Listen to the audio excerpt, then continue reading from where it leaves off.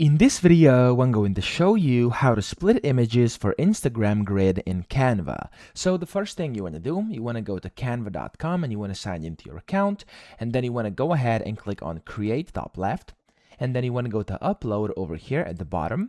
And the first thing you want to do is you actually want to upload in the image you would like to basically split into a grid. So I'm going to go ahead and I'm going to use one of my images over here, this one, and I'm going to click on open.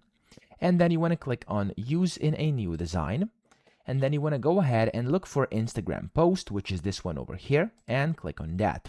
Now once you do that, keep in mind that with this method you will actually have to resize your image to fit this Instagram resolution over here. So I'm gonna go ahead and I'm gonna fit this in. There we go. So a lot of my images you can see got cropped, but this is one of the easiest way of doing it. So you can of course also do with the original image, but it will cut it inside Instagram if you do that. So the easiest way is just to kind of resize your image inside this Instagram post dimensions. After you do that, you want to click on apps here on the left, and you want to go search for image splitter. There we go. And you want to click on enter. And you will see the image splitter is over here. You want to click on that. And what this will do is basically it's going to split your image. So as you can see right now here, there's a random image I have put in here earlier. So I'm going to click on start over, and I'm going to click on choose file over here, and I'm going to put in my image. So let me find it. There we go. Open. Okay. So this is right now my image. And what now is going to happen, I'm going to put it as 3x3 over here, and I'm just going to click on split image.